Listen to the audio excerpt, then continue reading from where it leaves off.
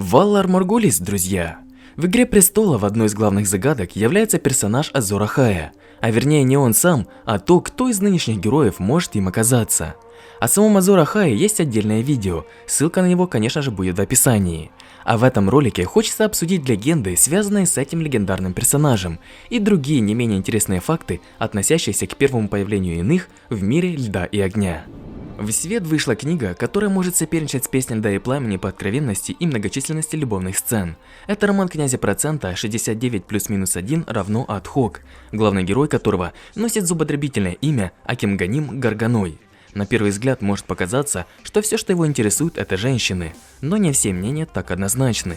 За декорациями повседневной Москвы в книге скрывается другой город, полный доживших до наших дней античных монстров. Когда вы поймете это, вам станет по-настоящему страшно, и вполне возможно, что вы присоединитесь к армии поклонников этого романа.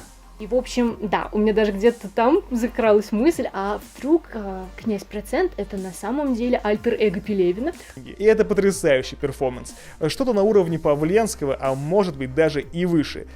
Прочитайте роман 69 плюс-минус 1 равно Адхок и решите главную книжную загадку сезона. Что это, плод больной фантазии сумасшедшего сексиста или гениальный бескомпромиссный шедевр современной прозы?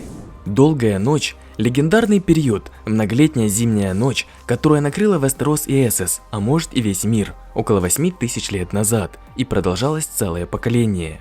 В это время Вестерос подвергся нашествию иных, но людям, оказавшимся на краю гибели, удалось в итоге победить.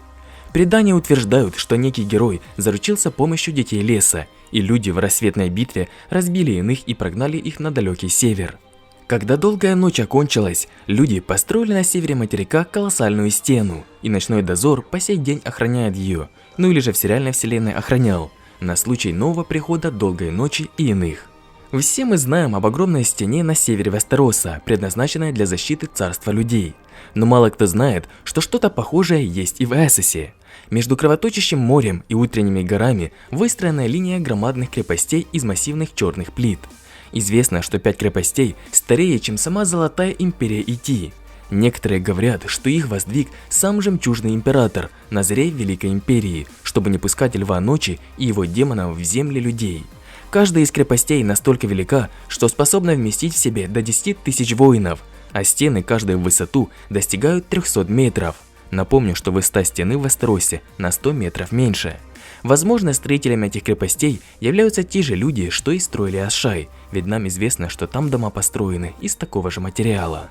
Существует теория, что Вестерос и Эссес соединены между собой. Если продвинуться немного восточнее по карте, то можно увидеть, как Эссес уходит на север и таким образом соединяется с Вестеросом.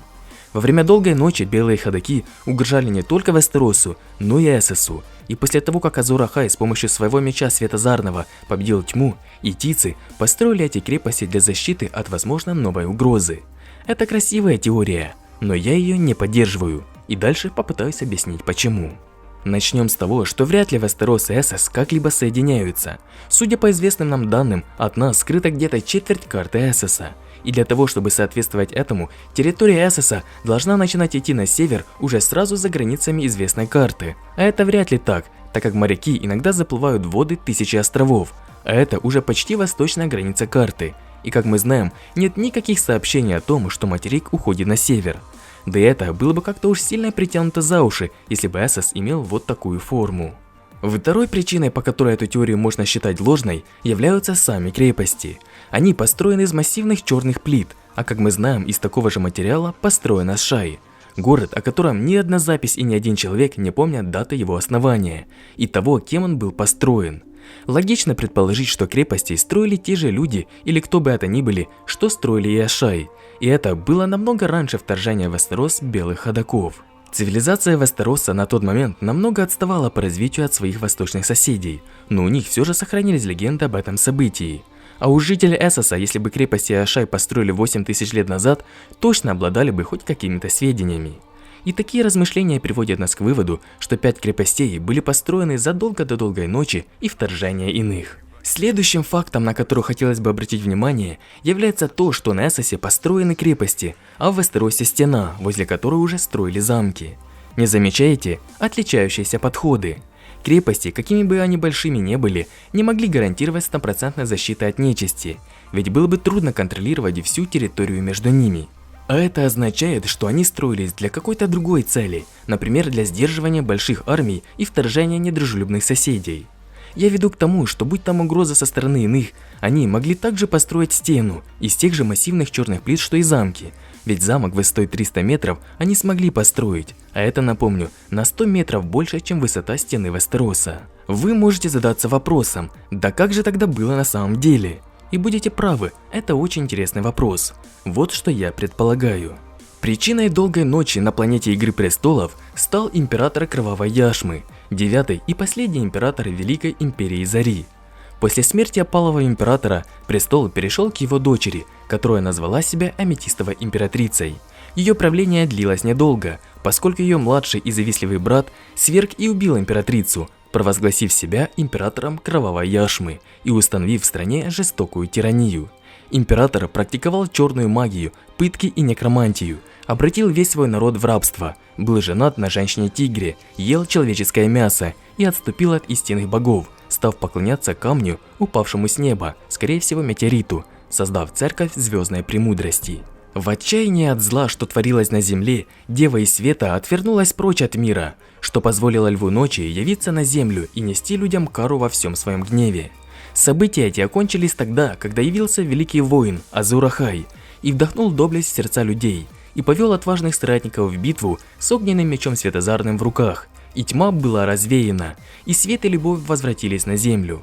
С окончанием рассветной битвы закончилась и долгая ночь, но Великая Империя Зари так и не была восстановлена, и на ее осколках возникла Золотая Империя Ити.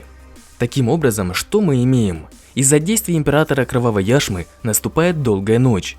Возможно, его наказали боги, а возможно, из-за неудачных экспериментов с магией. Также упоминается, что он занимался в том числе и некромантией. Возможно, что-то пошло не так, и восставшие накинулись на живых, и отважному герою пришлось ввести в битву соратников, чтобы освободить мир от зла. Тем временем, не только император Кровавой Яшмы экспериментировал с магией и некромантией. Далеко на западе, на другом материке, в Вестеросе, дети леса проигрывали в войне с первыми людьми и попытались создать оружие против людей в виде иных, чтобы использовать количество людей против их самих. Этот эксперимент детей леса, как и у императора, провалился, но дети не допустили его распространения, как на Эссосе, а скорее всего, так сказать, законсервировали его в далеких северных землях Вестероса. Затем они заключили мир с первыми людьми, и все было бы хорошо, но на планете, климат которой в какой-то мере зависит от магии, пришла долгая ночь из-за уже описанных выше действий императора Кровавой Яшмы. Ранее законсервированный неудачный проект детей леса получил благоприятные для себя условия, и воскрешенные детьми леса существа начали свое наступление. Но всегда найдется герой-спаситель, и как и в Эссосе, в Вестеросе тоже такой нашелся. Согласно вестеросским легендам, последний герой решил отыскать детей леса, чтобы те помогли ему там, где потерпели поражение тысячи. Преодолев трудности и лишения, он нашел их, и они ему помогли. Затем состоялась рассветная битва, в которой Ночной Дозор выступил на битву с иными и победил. Но не уточняется, какую роль в этой победной битве сыграл последний герой и помощь детей леса. Таким образом, получается, что и в Эссосе, и в Вестеросе параллельно происходило сопротивление с какими-то чудовищами. В Вестеросе это иные. В Эссосе же неизвестно кто, но скорее всего что-то похожее. Впоследствии вестеросцы построили стену, с помощью которой отгородили себя от опасных существ. А жители Эссоса, скорее всего, уничтожили их полностью. Что же касается того, почему в Эссосе появилась легенда о возвращении тьмы и Азур Ахая, ведь они как бы расправились с угрозой. Это общая планета, и магия распространяется не только на один материк. Красные жрецы все правильно предсказали, но только речь идет об угрозе со стороны Вестероса, ведь тогда они не разобрались с угрозой насовсем. Если обратить внимание на земли восточнее 5 крепостей, то они ходят зловещие и устрашающие слухи, как будто там живут люди-ящеры, а в загадочном городе Гдат процветают кровавые жертвоприношения. Причем похоже в таких количествах, что местных богов считают безумными, а города боятся даже шрайки. Начнем с того, что люди-ящеры – это скорее всего обычные люди в шкурах ящеров, какой-то восточный вид одичалых Вестероса, которые лишь сеют страх в умах своих более цивилизованных соседей. Насчет города Гдат можно подумать, что его жители, как и Крастер за стеной, переносят жертвоприношения иным, и угроза на востоке на самом деле существует. Но это скорее всего не так. Гдат – очень древний город. О нем говорят, что он старше самого времени, и там всего лишь навсего сохранились старые варварские обычаи. Ведь, насколько мы знаем, такие обычаи есть на Саториусе, да и в Вестеросе ранее старым богам приносили ритуальные жертвоприношения. Так что, по моему мнению, Восток в безопасности, по крайней мере от нежити так точно. У Райнар также есть легенда о долгой ночи, но это не означает, что ей не экспериментировали с некромантией. Потомки Райнар рассказывают о тьме, которая заставила Ройну истощиться и иссякнуть, а воды ее замерзнуть к югу до самого места слияния с Селору.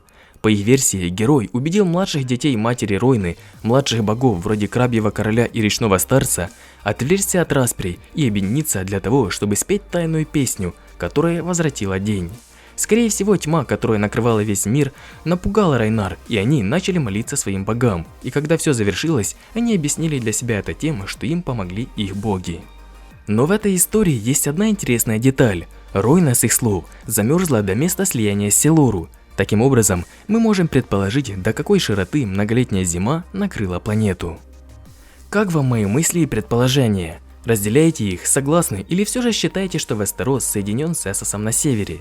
Делитесь своими мыслями в комментариях. Нам, всем любителям вселенной Льда и Огня, будет интересно услышать взгляд со стороны. Если ролик вам понравился, жду от вас большой палец вверх, мне будет очень приятно. Выражаю благодарность Ринчи, Ярославу Админу, Константину Лосу, Ивану Печерице, Сахибу Алиеву, Геворгу, Алексею Потапову, Нине и Артему за поддержку. Спасибо за просмотр, всем пока.